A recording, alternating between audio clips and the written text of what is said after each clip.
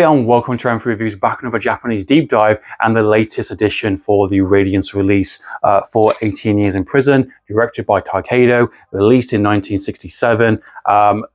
Fantastic kind of, series of kind of, Radiance releases coming out recently. A great edition as usual. I'll just kind of show you the edition.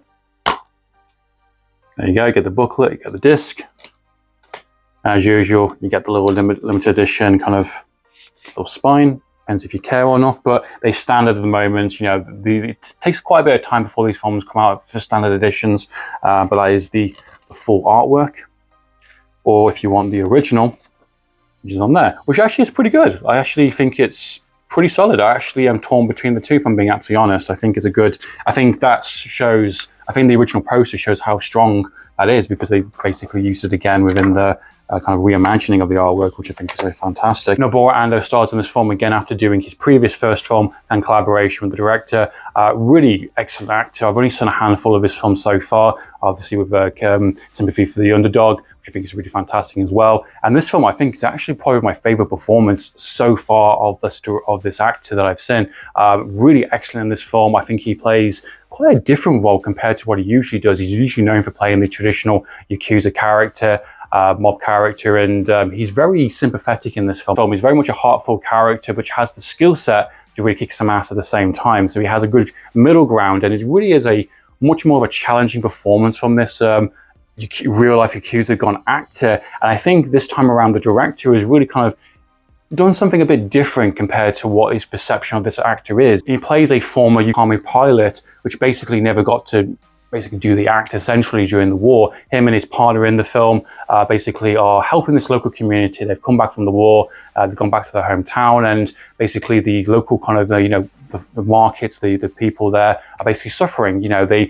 need to build enough resources, enough money to basically buy the land so they can essentially give it back to the community. And they are doing various different things in the towns, helping people, and they come across an opportunity to basically steal some kind of contraband from this kind of local scrapyard, this materials, and they can sell it on for kind of high profit and make some money, and with the community also backing them as well.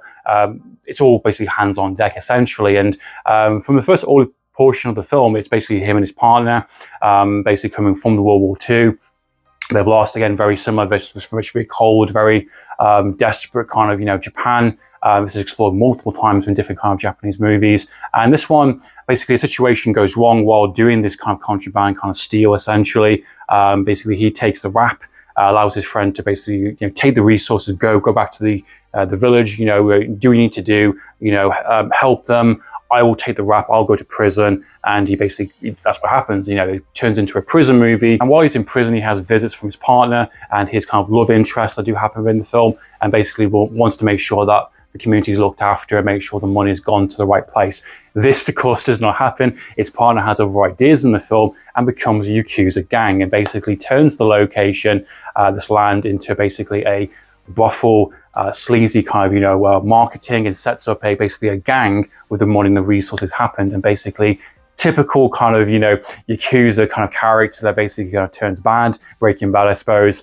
He wants his due. He doesn't want to be poor anymore. He doesn't want to be kind of left in the dirt. He doesn't want to sacrifice himself for a country that lost a war. There's a very kind of greedy and very kind of, blind view on the reasons for this, and didn't tell his partner, who is currently suffering in prison, and basically wants to tell him when he gets out, in hopes that he would understand and become a part of his empire that he's built up, being the fact that this character is very kind of slimy. He's very kind of he doesn't have enough kind of charisma, or doesn't have enough kind of, leadership to kind of, being recognized for the way he was. His partner has always been the main kind of leader of that group, and now he's taken the opportunity, finds out what his partner has done in the film. He gets really goddamn angry, and he gets really kind of pissed off.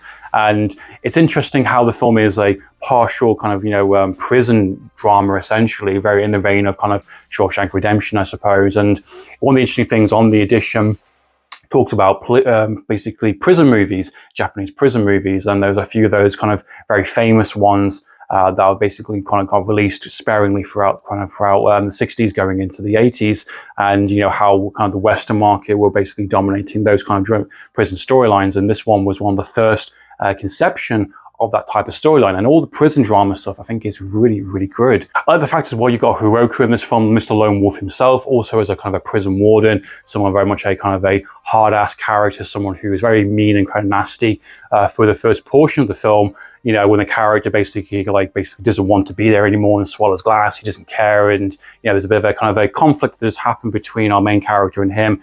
That character has an interesting arc in the film as well, and I like the idea of this kind of contrast between prison life, this idea where, well, his partner's character says, like, you know, hey, you went to prison, you got shelter, you've got food, you've got structure, you've got basically a time bubble, essentially, more or less, where he's had to work his ass off, take the money, go a different side, you know, form a gang, basically kind of, you know, stronghold people, get people in, you know, basically become a boss character. And he's had to struggle in this kind of very depressed, very kind of, you know, desperate kind of Japan. And the real world is a lot harder out there than compared to what the prison life is. And that's something that he feels very justifiable for. And he feels like my reasons for doing this is, you know, the correct way. And hopefully in time, when I tell you, you will become a partner and you'll basically join me on this adventure. And obviously that doesn't happen because you've got different sense of morals and different perspectives within prison life and the real world. And that's an interesting kind of talking point in the film. And I like the fact that the main characters that he kind of surrounds himself with is quite good as well. The fact that you have this kind of brother character comes in, he basically thinks he's hot shit, he's invincible, he's going to, you know, terrorize all the kind of other prisoners, and he's basically off his rocker, essentially. He's someone who's so deep off the end, but there's a reason for that, and that's explored, you know, to the themes of the film. And there's some really nice touching moments also in that. There's another former yakuza who's good at prison, has the tattoos, and he takes the rap for something later on in the film, which I think is quite good. And there is a lot of like little mini kind of personal kind of narrative threads that all tie into our main character's kind of perception of what's going on. And when he finds out what's happening in the real world, very much turns into a kind of a First Blood Rambo situation, taking a military machine gun, stealing a kind of, you know, military kind of vehicle, takes this kind of machine gun and the weaponry there, and goes full on, like, you know, Rambo rampage on this local community, this little town of been set up. And it's really, really excellent. The build up to that is absolutely fantastic, and it's definitely become probably one of my favorites out of this director so far. A clever social commentary film about kind of prison life versus your real life post World War II. You know, soldiers, people that are basically come back home into these kind of desperate situations, doing crime, doing various kind of questionable methods, but a question of your own morality, your own kind of, you know, morals kind of thing.